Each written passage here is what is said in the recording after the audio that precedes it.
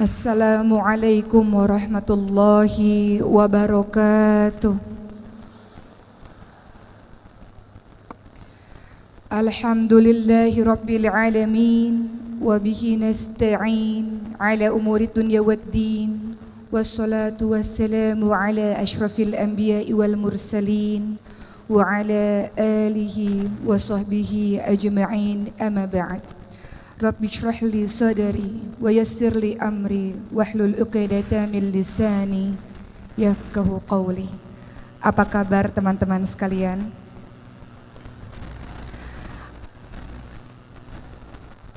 Masya Allah, apa kabar jiwanya pada hari ini?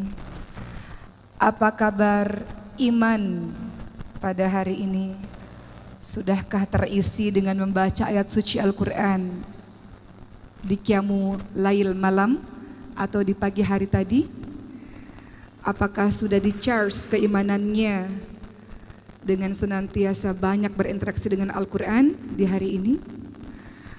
Teman-teman sekalian, ada banyak kisah mengenai para sahabat-sahabat Nabi yang berhijrah di jalan Allah Subhanahu wa taala. Membicarakan mengenai hijrah, mungkin di kepala kita langsung teringat tentang kisahnya Umar bin Khattab radhiyallahu anhu. Mungkin teringat akan kisahnya Mus'ab bin Umair radhiyallahu anhu. Mungkin teringat akan kisahnya Sa'ad bin Abi Waqqas radhiyallahu anhu. Atau mungkin dengan sahabat-sahabat lain. Namun hari ini saya ingin menceritakan sebuah kisah seorang tokoh yang sangat menginspirasi kita dalam proses hijrahnya yang sangat luar biasa. Namanya adalah Abdurrahman bin Auf radhiyallahu anhu. Mengenal kata Abdurrahman bin Auf, yang ada di kepala kita adalah seorang konglomerat yang sangat kaya raya. Abdurrahman bin Auf lahir 10 tahun setelah kelahiran Rasulullah sallallahu alaihi wasallam dan termasuk di antara salah satu sahabat Rasul yang paling awal masuk ke dalam agama Islam atau kita kenal dengan nama As-Sabiqunal Awwalun. Bersamaan dengan sahabat-sahabat lainnya lewat tangan atau lewat dakwah dari Abu Bakar As-Siddiq radhiyallahu anhu. Beberapa orang yang termasuk dalam golongan As-Sabiqunal Awwalun atau yang termasuk golongan orang-orang yang pertama kali masuk Islam selain Abu Bakar As-Siddiq radhiyallahu anhu, selain Khadijah binti Khuwailid radhiyallahu anha, selain Ali bin Abi Thalib, selain Zaid bin Harithah, selain Ummu Aiman, juga sahabat-sahabat lain seperti Abdurrahman bin Auf, Talhah bin Ubaidillah, Sa'ad bin Abi Waqqas, Abu Ubaidah bin Jarrah, dan masih banyak lagi. Bagaimanakah kisah Abdurrahman bin Auf menginspirasi hidup kita teman-teman sekalian? Ketika beliau pada akhirnya memasuki agama Allah Subhanahu wa taala, berhijrahnya secara kafah, secara menyeluruh. Tidak berhijrah secara setengah-setengah. Tidak mengambil ini aku mau lakukan, ini aku tidak mau lakukan, tidak. Beliau berhijrah bersama dengan beberapa sahabat lainnya ke Habasyah, sampai kemudian beliau berhijrah menuju ke kota Yathrib, Madinah pada tanggal atau tahun 13 kenabian. Proses hijrah inilah yang menginspirasi hidup kita. Beliau kaya raya luar biasa, harta kekayaan sangat banyak. Namun ketika beliau hendak menuju ke Yathrib Madinah, orang-orang kafir Quraisy menghadang Abdurrahman bin Auf dengan mengatakan, engkau boleh pergi untuk menuju ke Yathrib Madinah, tapi seluruh hartamu akan kami rampas. Atau engkau tinggal di kota Madinah, engkau tetap hidup dengan kekayaanmu yang berlimpah ruah. Maka tentu saja apa yang dikatakan oleh Abdurrahman bin Auf, tentu aku akan tetap pergi berhijrah walaupun aku menjadi jatuh miskin sekalipun. Hal ini juga ditanyakan kepada para keluarga dan istri dari Abdurrahman bin Auf. Kalau kalian mau menuju ke Madinah, kalian jatuh miskin, seluruh harta kami ambil. Tapi kalau kalian tetap berada di kota Mekah dengan agama lama kalian, kalian bisa hidup enak seperti ini. Sayangnya keluarga dan istri Abdurrahman bin Auf hendak tetap tinggal di kota Mekah. Sehingga Abdurrahman bin Auf pergi menuju ke Yathrib Madinah tanpa istri dan keluarganya.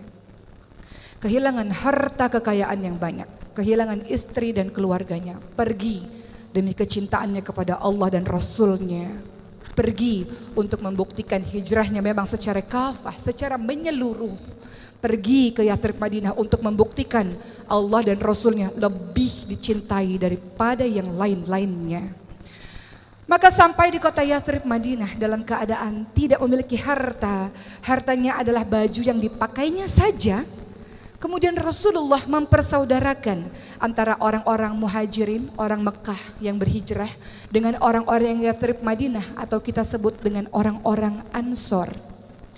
Orang Ansor atau kaum Ansor yang paling kaya raya di Yathrib Madinah namanya adalah Sa'ad bin Rabi' al-Ansari radhiyallahu anhu. Kaya raya. Kemudian Sa'ad bin Rabi' radhiyallahu anhu mengatakan kepada Abdurrahman bin Auf, "Wahai Abdurrahman, hartaku sangat banyak dan aku punya 2 orang istri. Saya tahu kamu jatuh miskin dan sendirian. Oleh karena itu saya berikan setengah harta saya untuk menolongmu dan saya ceraikan 1 istri saya, istri yang baik, istri yang salihah. Tunggu masa iddahnya, setelah itu engkau bisa menikah dengannya untuk menemani hari-harimu." Apa yang dikatakan oleh Abdurrahman bin Auf dengan kebaikan yang diberikan oleh sahabat orang Ansor ini? Apa jawaban beliau? "Semoga Allah memberkahi dirimu, semoga Allah berkahi hartamu, semoga Allah memberkahi keluargamu. Cukup tunjuki saja kepada saya di mana jalan menuju ke pasar."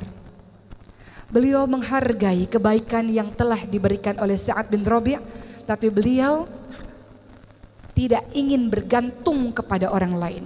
Beliau ingin berdiri di atas kakinya sendiri. Maka kemudian beliau menuju ke pasar, ke pusat bisnis yang ada di kota Madinah. Dan beliau mulai berdagang tanpa modal. Beliau mencari peluang apa yang kira-kira bisa saya lakukan untuk menghasilkan. Agar dengan penghasilan tersebut beliau bisa berdiri di atas kaki sendiri, tidak meminta-minta. Bahkan mungkin harta yang dimiliki bisa untuk membantu agama Allah Subhanahu wa ta'ala. Maka beliau mulai berpikir apa yang bisa dilakukan. Salah satu yang beliau lakukan adalah menjual barang dagangan milik orang lain. Dan tak perlu waktu yang sangat lama, Abdurrahman bin Auf diberikan kelebihan oleh Allah, apapun yang disentuhnya seolah-olah bisa berubah menjadi emas, saking hebatnya beliau dalam berdagang. Maka dalam waktu yang cepat Abdurrahman bin Auf bisa mengembalikan pundi-pundi kekayaannya karena keahlian bisnis yang sangat luar biasa. Dengan kerja keras, dengan ketekunan, dengan kejujuran, Allah mengembalikan harta Abdurrahman bin Auf lewat jalur perdagangan. Dengan harta yang semakin hari semakin banyak, Abdurrahman bin Auf memberikan banyak hartanya di jalan Allah Subhanahu wa ta'ala. Terkadang beliau berpikir dan ketakutan, harta kekayaan yang sangat banyak ini khawatir membuat beliau lama dihisap oleh Allah Subhanahu wa ta'ala di hari akhir nanti. Maka beliau memberikan terus-menerus di jalan Allah Subhanahu wa ta'ala harta yang dimilikinya itu. Niatnya ingin mengurangi harta, justru karena bersedekah pundi-pundi pahala terus mengalir dan pundi-pundi rezeki keuntungan perdagangan terus semakin banyak. Pernah pada suatu ketika terjadi sebuah perang Tabuk. Pada saat itu seluruh umat Islam datang untuk menuju ke perang Tabuk tersebut melawan orang-orang Romawi. Pada saat itu panen kurma sangat banyak sehingga kurma-kurma tidak laku terjual karena membusuk. Abdurrahman bin Auf ingin menolong teman-temannya, ingin menolong sahabat-sahabatnya. Maka beliau membeli seluruh kurma busuk yang tidak laku dijual tersebut untuk tujuan menolong. Maka apa yang Allah berikan kepada Abdurrahman bin Auf? Niat untuk mengurangi harta justru karena sodakoh. Tiba-tiba ada seorang pasukan dari negeri yang lain mengatakan, "Abdurrahman bin Auf, kami mencari kurma busuk kemana-mana karena raja kami memerlukannya untuk obat. Kami beli dengan harga yang sangat tinggi." Ternyata mendatangkan keuntungan yang berlipat-lipat. Pernah pada suatu ketika saat Rasulullah SAW telah wafat, teman-teman sekalian. Pada suatu ketika di kota Madinah yang tenang, tiba-tiba debu naik ke atas langit, tiba-tiba terdengar gegap gempita yang sangat luar biasa sampai semua orang keluar dari rumah dan mengatakan, "Apa ini? Siapa yang datang? Kenapa terjadi heboh seperti ini, ramai seperti ini?" Lalu seseorang berkata kepada Aisyah istri Rasul, "Itulah 700 kafilah dagang milik Abdurrahman bin Auf. 70 kendaraan yang seluruhnya berisi penuh barang dagangan emas-emas yang sangat banyak milik Abdurrahman bin Auf."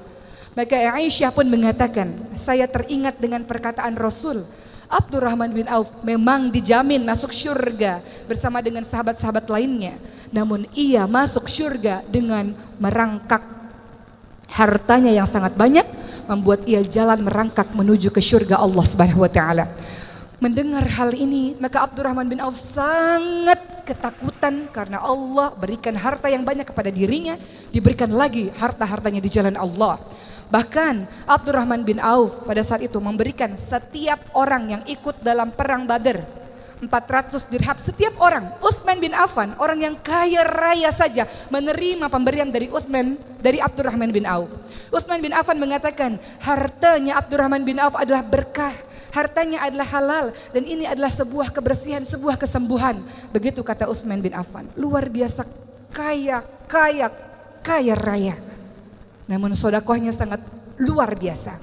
Namun di balik seluruh kekayaannya, sang konglomerat ini hidup dengan sangat sederhana. Kalau ia bergabung dengan pelayan dan hamba sahaya, orang tidak tahu mana majikan, mana pelayan. Saking sederhana sekali penampilan dari Abdurrahman bin Auf. Sederhana dalam hidupnya. Pernah beliau berpuasa, kemudian diberikan makanan yang enak oleh anak-anak buahnya. Lalu Abdurrahman bin Auf menangis dan mengatakan, Mus'ab bin Umair adalah orang yang lebih mulia daripada saya. Namun matinya dalam keadaan kain kafan tidak cukup untuk menutupi tubuhnya. Ditarik ke kepalanya terlihat kakinya, ditarik kain kafan ke kakinya terlihat kepalanya. Hidupnya miskin seperti itu, padahal beliau adalah orang yang sangat mulia.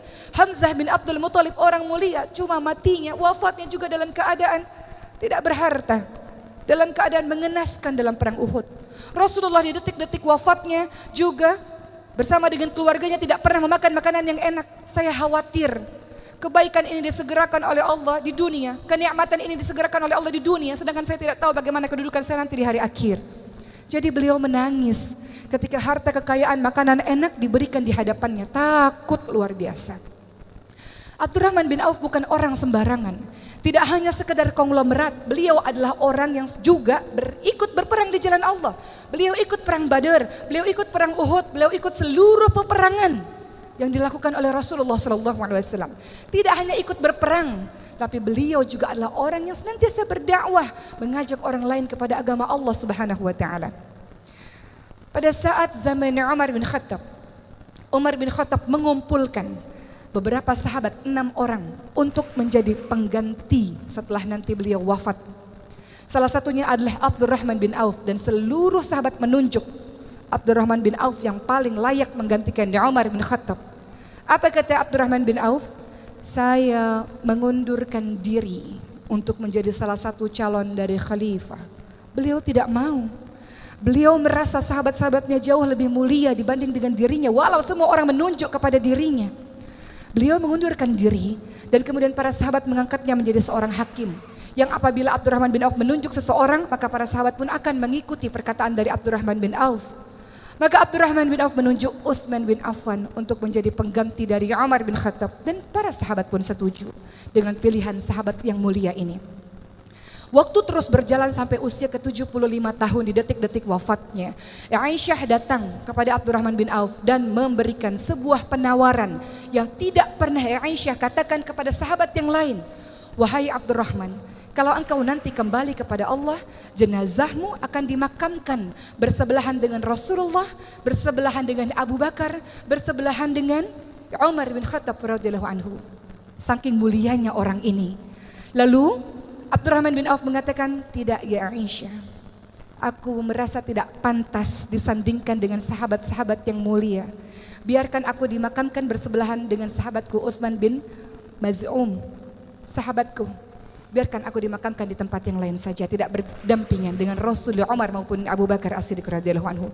Dan beliau pun wafat dalam keadaan sebagai orang yang namanya dikenang sepanjang masa hingga hari ini. Abdurrahman bin Auf mungkin tidak sepopuler sahabat-sahabat lainnya, tapi begitulah kisah dahsyatnya yang terekam di dalam sejarah tinta emas, sejarah Islam yang luar biasa ini teman-teman sekalian.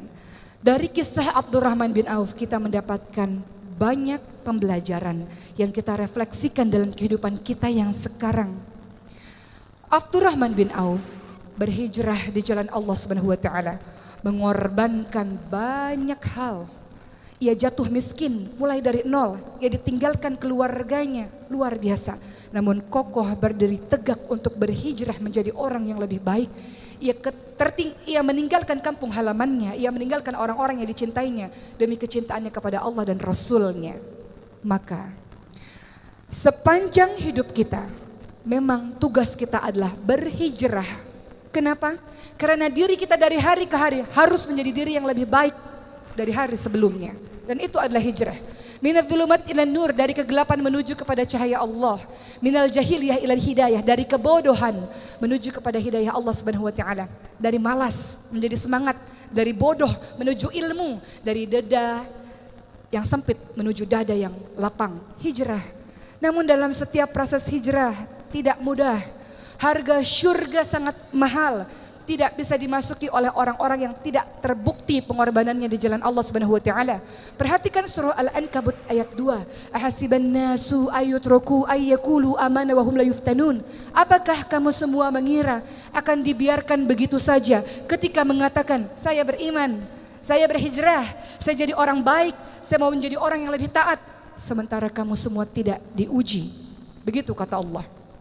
Maka Allah akan memberikan berbagai macam ujian di dalam kehidupan kita, dalam proses kita ingin jadi orang yang lebih baik. وَلَنَبَلُوَنَّكُمْ بِشَيْءٍ مِنَ الْخَوْفِ وَالْجُوعِ وَنَقْصٍ مِنَ الْأَمْوَالِ وَالْأَنْفُسِ وَالثَّمَرَاتِ وَبَشِّرِ الصَّابِرِينَ. Allah pasti akan menguji kalian semua dengan ketakutan, kata Allah, dengan kelaparan, dengan kekurangan harta, kekurangan jiwa. Ada orang-orang yang kita cintai akan Allah ambil, cabut nyawanya untuk kita merasa kehilangan. Dan Allah akan uji dengan kekurangan buah-buahan. Bisa saja engkau berkebun kemudian engkau tidak panen, atau bertahun-tahun engkau menikah tidak dikaruniai buah hati. Ujian. Wabasyir sabirin, beritakan kabar gembira untuk orang-orang yang sabar. Sabar dalam proses hijrah ini. Sabar dibagi menjadi 3. Sabar dalam menghadapi ujian Allah. Sabar dalam menghadapi meninggalkan kemaksiatan. Dan sabar dalam melakukan kebaikan-kebaikan. Alladzina idza asabatu musibatun qalu inna lillahi wa inna ilaihi raji'un. Orang-orang yang sabar, orang-orang yang paham. Semua yang ada pada dirimu bukan milikmu. Hartamu bukan milikmu. Kehebatanmu, ilmumu bukan milikmu. Allah yang berikan kepadamu. Kesehatanmu bukan milikmu, Allah yang berikan kepadamu. Sewaktu-waktu Allah bisa ambil mendadak begitu saja. Dan engkau harus siap. Inna lillahi wa inna ilaihi raji'un. Bahwa semuanya milikmu ya Allah. Engkau ambil sewaktu-waktu, kami siap ya Allah. Begitulah yang disebut sebagai orang-orang yang sabar. Abdurrahman bin Auf memahami hal ini. Bahwa semuanya adalah bukan miliknya. Keluarganya bukan miliknya, Allah ambil. Hartanya bukan miliknya, Allah ambil. Kehebatannya dalam berniaga bukan miliknya. Maka dia bersyukur dengan ilmu kekayaan yang dia miliki, dia berkontribusi menolong agama Allah. Karena dia tahu semua bukan miliknya, sewaktu-waktu Allah ambil, Allah bisa ambil. Abdurrahman bin Auf mengajarkan kepada kita teman-teman sekalian, sabar dalam setiap episode kehidupan yang terjadi kepada diri kita. Karena begitulah yang dinamakan sebagai ujian keimanan. Namun ingat, ujian bukan hal yang sedih-sedih saja. Perhatikan surah Al-Ankabut ayat 35. Wahai manusia yang mengatakan kenapa dia tidak diuji? Dia hidupnya enak, kaya raya, keluarganya bahagia, tapi tak pernah sholat. Kenapa dia tidak diuji? Itu ujian teman-teman sekalian. Kullu nafsin dha'iqatul maut wa nabluukum bisyarri wal khairi fitnah wa ilaina turja'un. Semua yang bernyawa mati. Apa yang engkau sombongkan, engkau akan mati. Dan Allah akan mengujimu dengan keburukan, kesedihan, air mata, keterpurukan. Juga Allah akan mengujimu dengan kebaikan, kekayaan, kehebatan, popularitas, jabatan yang tinggi, posisi yang hebat di mata masyarakat. Dan hanya kepada Allah lah kamu sekalian kembali. Maka bagi siapapun yang menyangka dia enak hidupnya tidak pernah diuji, sementara dia tidak sholat tapi Allah berikan kebahagiaan, dia adalah mengalami yang dinamakan dengan istidraj. Jebakan dari Allah Subhanahu wa taala. Allah beri banyak kenikmatan kepadanya, dia lupa kepada Allah, tak bersyukur kepada Allah, Allah balas nanti di hari akhir. La in syakartum la azidannakum wa la in kafartum inna adzabi lasyadid. Kalau bersyukur, Ilmu yang engkau punya bersyukur, berikan kepada orang lain. Kehebatan yang engkau punya bersyukur, berikan kepada yang lain. Harta bertumpuk-tumpuk yang engkau punya bersyukur, sedekahkan kepada yang lain. Allah akan tambahkan nikmat. Kalau tak bersyukur, azab Allah pedih. Allah bisa ambil sewaktu-waktu darimu dengan begitu cepat. Tapi kalau bersyukur, Allah tambahkan nikmat. Begitulah teman-teman sekalian. Maka sabar dalam proses hijrah ini. Dan hijrah bisa istiqamah teman-teman sekalian. Ketika pertama, innamal a'malu binniyat. Engkau niatkan betul-betul karena Allah, bukan ikut-ikutan tren, bukan karena teman ikut kemudian kita ikut, bukan. Niatkan karena Allah. Imam Malik rahimahullah mengatakan, segala sesuatu yang engkau lakukan karena Allah akan berketerusan. Allah bantu dalam proses hijrahmu. Tapi segala sesuatu yang engkau lakukan bukan karena Allah, Allah bikin dia putus di tengah jalan. Maka minta sama Allah, ya Allah, apa yang aku lakukan niatkan betul-betul hanya karenamu ya Allah. Niat karena Allah. Kedua, cari teman-teman yang bisa membantumu menuju ke jalan Allah. Engkau boleh berteman dengan siapapun teman-teman sekalian, tapi engkau harus bersahabat dengan orang-orang yang membuatmu taat kepada Allah. Engkau lihat wajahnya saja engkau merasa semakin taat kepada Allah Subhanahu wa taala. Perumpamaan orang yang menjual minyak wangi, kata Rasul, siapapun yang berteman dengan penjual minyak wangi kecipratan wanginya. Siapapun yang berteman dengan pandai besi kecipratan baunya atau apinya. Seseorang tergantung dengan siapa dia bergaul. Seseorang akan bergantung dengan agama teman-temannya. Maka pilihlah teman-teman yang baik seperti Abdurrahman bin Auf. Bergaul dengan Abu Bakar, bergaul dengan Uthman, bergaul dengan Arqam bin Abil Arqam. Ketiga, engkau bisa istiqamah dalam berhijrah kalau engkau terus menambah dirimu dengan ilmu. Yarfa'illahu alladhina amanu minkum waladhina utul ilma darajat. Al-Mujadilah ayat 11. Beriman, berilmu, belajar terus-menerus tentang agama Allah ini, Allah akan tinggikan engkau beberapa derajat teman-teman sekalian. Jadilah pribadi-pribadi yang berilmu, terus menuntut ilmu, terus baca buku, terus datang ke kajian-kajian keislaman supaya istiqamah. 4. Cara engkau istiqamah dalam proses hijrah ini teman-teman sekalian adalah berdoa. Rabbana la tuzigh qulubana ba'da idh hadaitana wa hab lana min ladunka rahmah innaka antal wahhab. Ya muqallibal qulub tsabbit qalbi ala dinik.